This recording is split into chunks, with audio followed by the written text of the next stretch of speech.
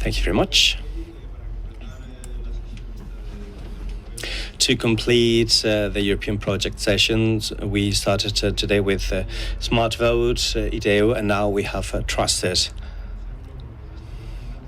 As you saw on the agenda, we have with us Jaime and Xavier from Gradiant.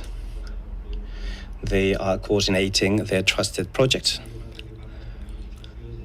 in which we are involved as cyber voluntarios. We're here to speak about some relevant aspects of this project. This is a European project.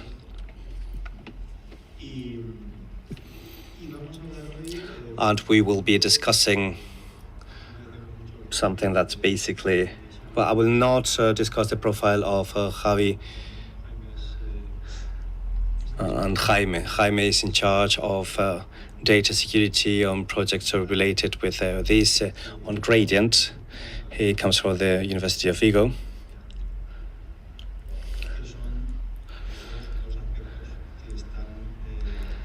And these are the aspects that are directly related to the Trusted project.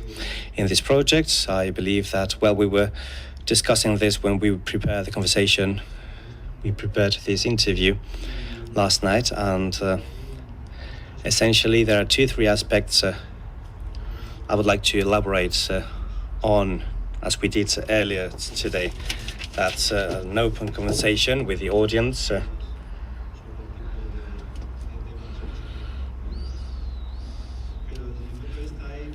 And from my point of view, I think there are 2 important things here. That's data space. The project has been going on for 1 year, if I'm not wrong. It's 36 months in total. So there's still a long way to go. So this, let me put this idea on the table. This, so we could try and explain a common person what data space is, without engineer jargon. This is something we have touched upon in some of the conversations today. We spoke about the importance of privacy, the importance of personal data directly related to our identity, and precisely we have spoken about self-sovereignty, identity, and other schemes in engineering, in technology. We should be able to provide tools as a way to make those elements on the internet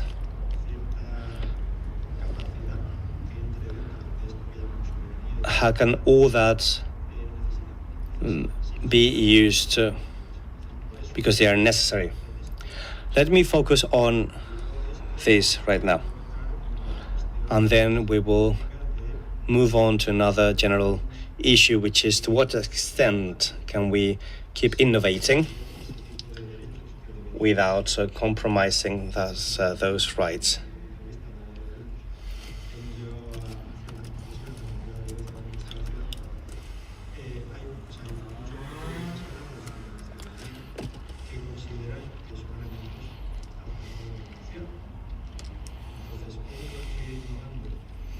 How can we keep innovating and remain competitive at a geostrategical level still today without renouncing to those attributes that should be part of the fundamental rights?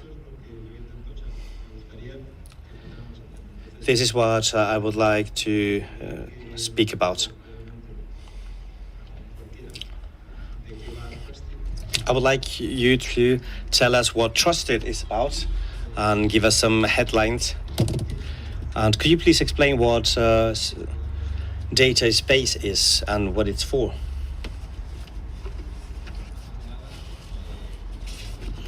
So first of all, it's a great pleasure to be here with you in this event. We are very happy to be here. And as you said, Antonio, you mentioned many things, data space and digital sovereignty and so on. What we are doing on Trusted is to try and relate all those concepts. What is a data space? Well, a data space is just a set of infrastructures and resources that allow us to store and classify big amounts of data that would be used by companies or citizens. And with that,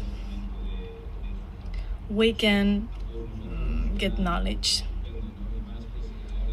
And that is perfect right now, because it seems that AI is doing everything. But for that data science to work, we need two things. The first one being computing capacity. We need big servers that can compute big amount of data.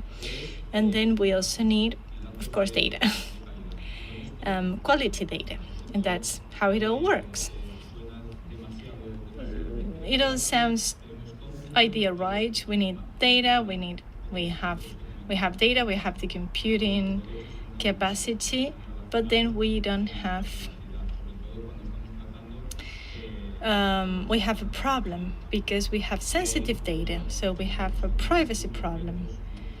And so we have challenges if we are to materialize those data spaces. Well, we need to face the challenges and tackle those challenges. It all has to do with the citizens, with the individuals, because data spaces can be Europe's opportunity to become technologically sovereign if we are able to overcome this privacy and security problem. And so in Trusted, we are precisely doing that. We want to give privacy and security to the data spaces so that in the midterm, they can become a reality and they can compete against other regions, but never at the expense of the fundamental rights of our citizens.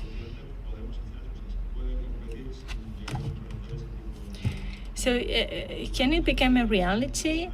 Do you really think you can achieve that without compromising the data privacy? Because I'm working in other projects that are related to the post-quantum threat and all the transition towards the quantum safe and the quantum resistance systems. Dave is here with us. He's working on advanced cryptography. Maybe you can shed some light in the lines of the Trusted project.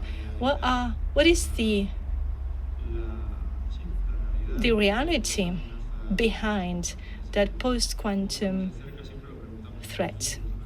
How far or how close are we to that project? We always ask about it. Is it 2 months away? 1 week away? You dare giving us an estimate? Or to what extent that harvest now and decrypt later threat is realistic, and to what extent we are in the position to make an effective transition towards quantum resistant systems today for our daily operations, not for critical systems, not for banks, not for nuclear plants, not for everyday citizens. The threat is real and is closer than we think. Europe has created a transition roadmap to migrate all these cryptographic systems based on classic cryptography. We know it is not resistant to the future quantum computers. And there are two milestones. 2030 is one key date, and 2035 is the other key date for critical and non-critical systems. Algorithms for post-quantum cryptography are already standardized to will protect us in the future, and some other technologies are seeking to solve this problem. The digital infrastructure that will enable citizens to be sovereign is based on protocols that run on cryptography, and they are coupled, so it's difficult to change them. So many initiatives are trying to migrate to crypto agility paradigm that needs to be easier, because we don't know what threats will lie ahead, so we need to be agile and ready to migrate.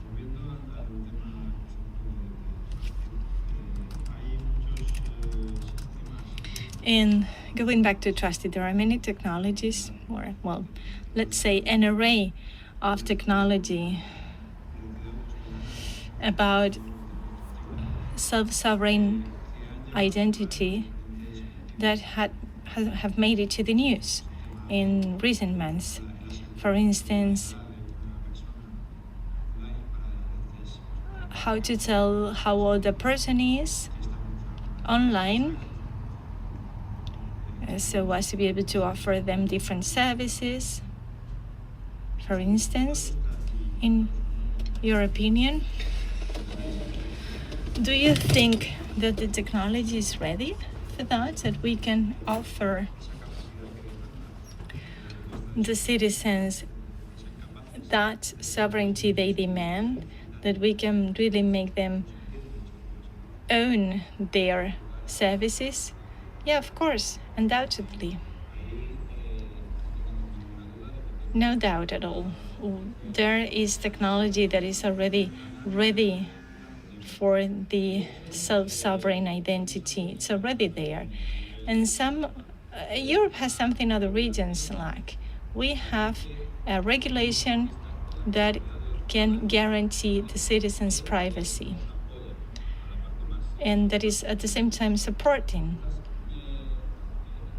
technological developers. Maybe, well, you know that in March 2024, there was a new regulation for electronic identification. Coming from a centralized paradigm, we delegated our data to an identity provider, 4 big names. But now with the new regulation that came into force in 2024, there was a paradigm shift. Now the system is more decentralized and broader. And there are new concepts such as, for example, identity attributes. In the centralized system, digital identity was unique. We had our ID card, and it was all or nothing. I get authenticated with my ID card. I give my service providers my full identity, my father's name, my mother's name, my address, etc. It has now changed thanks to the technology. If I want to prove that I am major, if I want to access specific content on the internet, you just need to know that I am over 18. You don't need any more information about me. So this is about our rights and the GDPR requirements. What else? If I want to prove that I have a university degree or a certain skill, if I am to apply for a certain job, I can have a credential showing that I have that specific attribute. And so I can very quickly produce it if I want to show it to my college or my company. So that shows that we're ready. Maybe we need to be aware of it. We need to get rid of those identity providers and trust our technologies more. That reminds me of what we said this morning with Sarvin and Virginia, in the sense that we need to go back to the original web concept, because the technology is there for us to do many things that we're not doing for many reasons. It's about how things become the standard from a technical point of view, as Sorvin said, and Virginia was also talking about the community, how that innovation can really make it into the community and get adopted by the community, and it becomes part of the technological acquis that we should have. So from that point of view, I'd like you to, I don't know, say,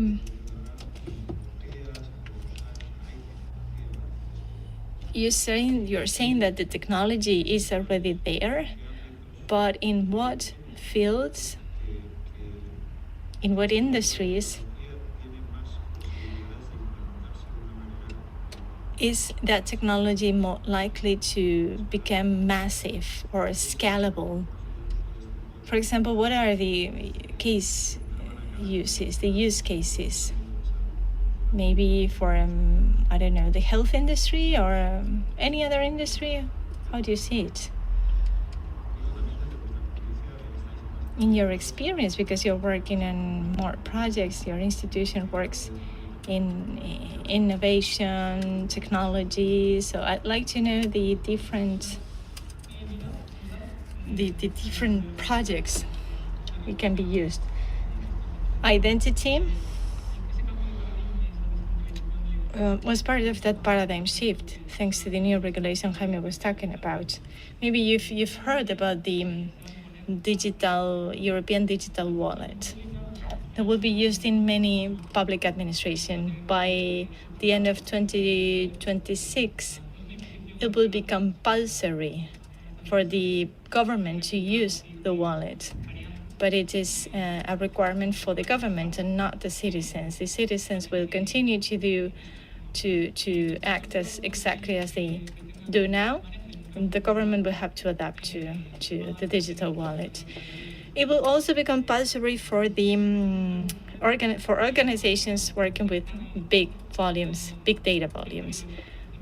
So they will have to adapt very quickly. The Commission estimates that this early adoption will cause that by 2030, 85% of the citizens will be using the European digital wallet.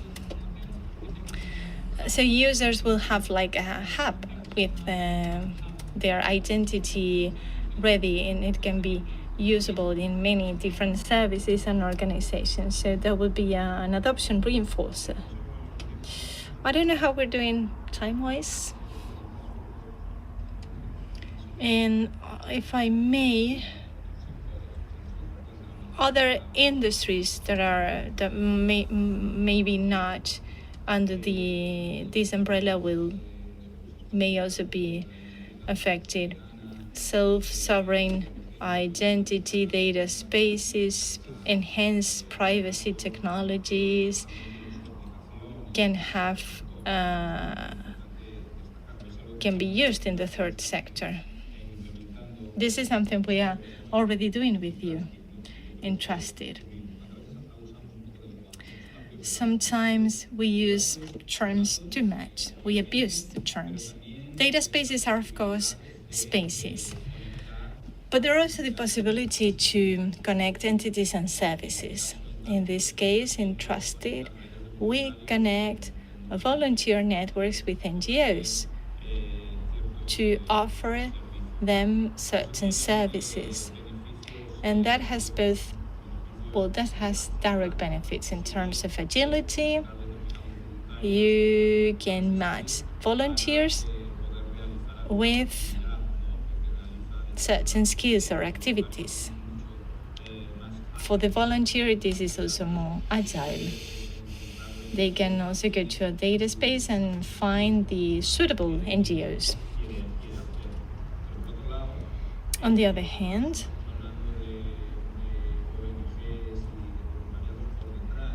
behind all that, you can find vulnerable people. In NGOs and volunteers, there can be vulnerable people, so you need to protect those people. You need to protect their identity. You cannot always trust someone saying, "Hey, I want to volunteer for you." You need the necessary certifications.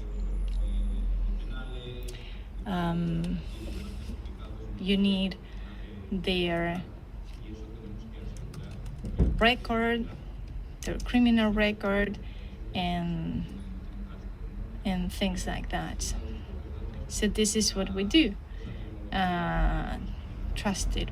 We have the technology that gives us trust without a third party, which is the important thing.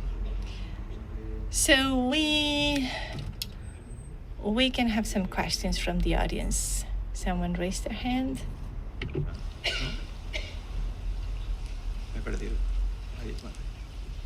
Bueno, muchas gracias. Thank you por la charla y por el proyecto, obviamente es for the talk and for the project.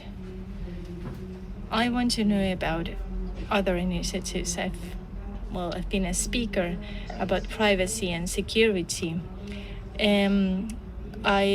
My belief is that those of us concerned about privacy and security are a minority.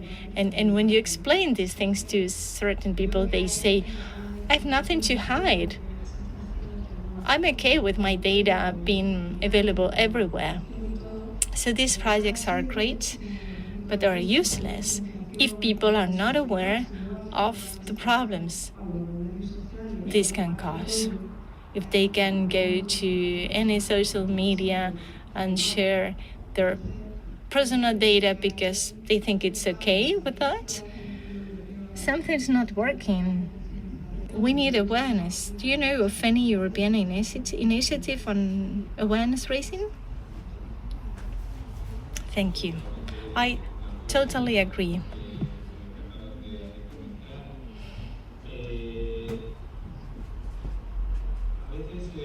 Sometimes reality is harsh. We don't see the real impact exposing our data has, or just clicking on accept all cookies in all apps. It's true. If something's free, then the product is you. And maybe sometimes you don't see the immediate consequences, but there are consequences. We've seen some examples with analytics and others.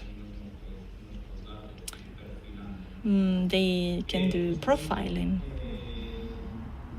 Sadly, in Europe, we have a regulation that sets out a series of requirements. It wants to protect citizens' privacy. And European companies or companies in Europe have to really show they care about our data, because otherwise they have to pay fines. But the same should be done in other regions.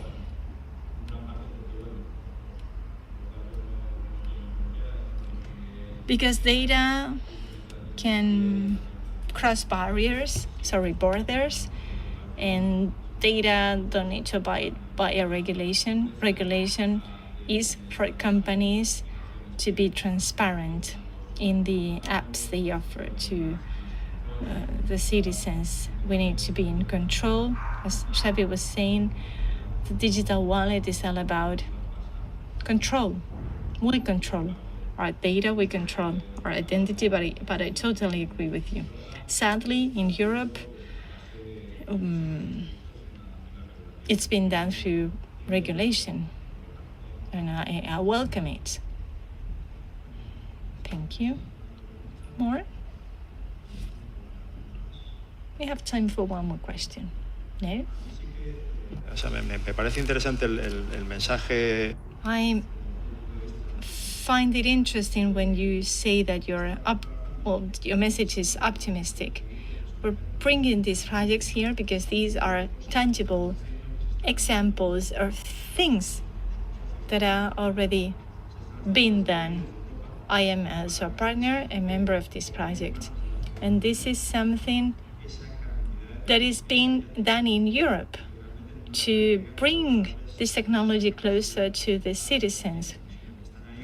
The technology is out there, but citizens don't know it. We have these European projects and we have the deliverables. We have an e-wallet, for instance. Is any of you using an e-wallet? Have you ever used it? 3, 4, 5, 6, 7 people? No. I don't have one. I have a question.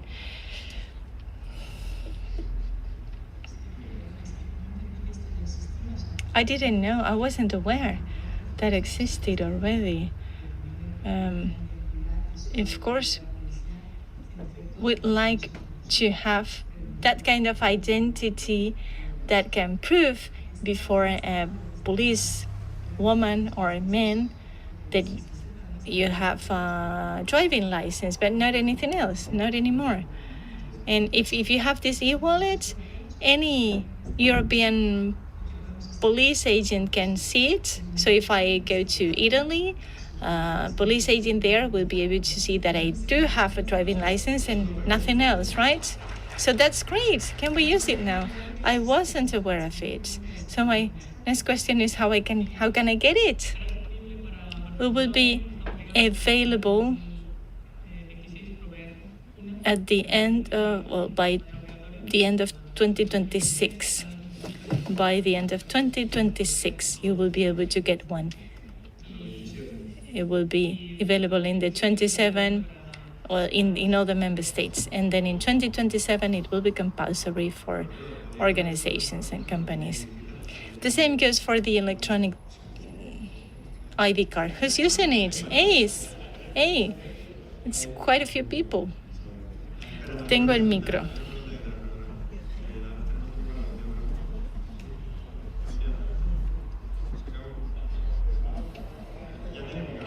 Do we have time for the question? Okay, 1 minute. He's already holding the mic. Okay. Here. Okay. Berlin. A quick question to you. How much are you confident that this could replace us putting the private data in the hands of private companies? That, basically that also the private companies will be asked to use an objective, verifiable information as the one that you talked about, these wallets, these digital wallets. So that I cannot basically link to Facebook or whatever platform without proving my identity through one of those depositories certified at national level. Do you see this happening soon, ever, never in Europe? I think it will be progressive, and I think it has the potential to really be this hub of identity for the users and provide the actual values that they need. But if it's not communicated properly, not. But I really think because of there were a lot of initiatives around this UDI wallet. There were done some large-scale pilots. So this solution is not created just for the sake of creating technology. It's actually been piloted for many use cases with hundreds of people. So it has taken all these stakeholders into account, and we hope that it really will be something used in Europe and maybe in other regions as well. Soon. Yeah, soon. Soon. I think so. Soon. We have consensus. So thank you. I think that it's important to have this positive message and to highlight the answer to your question, that is showing that we need a lot of dissemination activity, and we need a lot of pedagogy with these kind of technologies. And I think that's a point that is pretty common in all the sessions today, that we have a lot of technology, we have a lot of power that we can reclaim back to the people, reclaim back to the citizenship, and we have to do it. We are here to do it. And the next session is precisely on that topic, on how can we how can we define, all of us together, how can we define this digital citizen digital sovereignty as a concept that can be leveraged and articulated as a society, not as a conceptual entity, and that's it. And that's the point that you were highlighting, and I think so. And that's important, so to have these things getting to the citizenship. So thank you very much.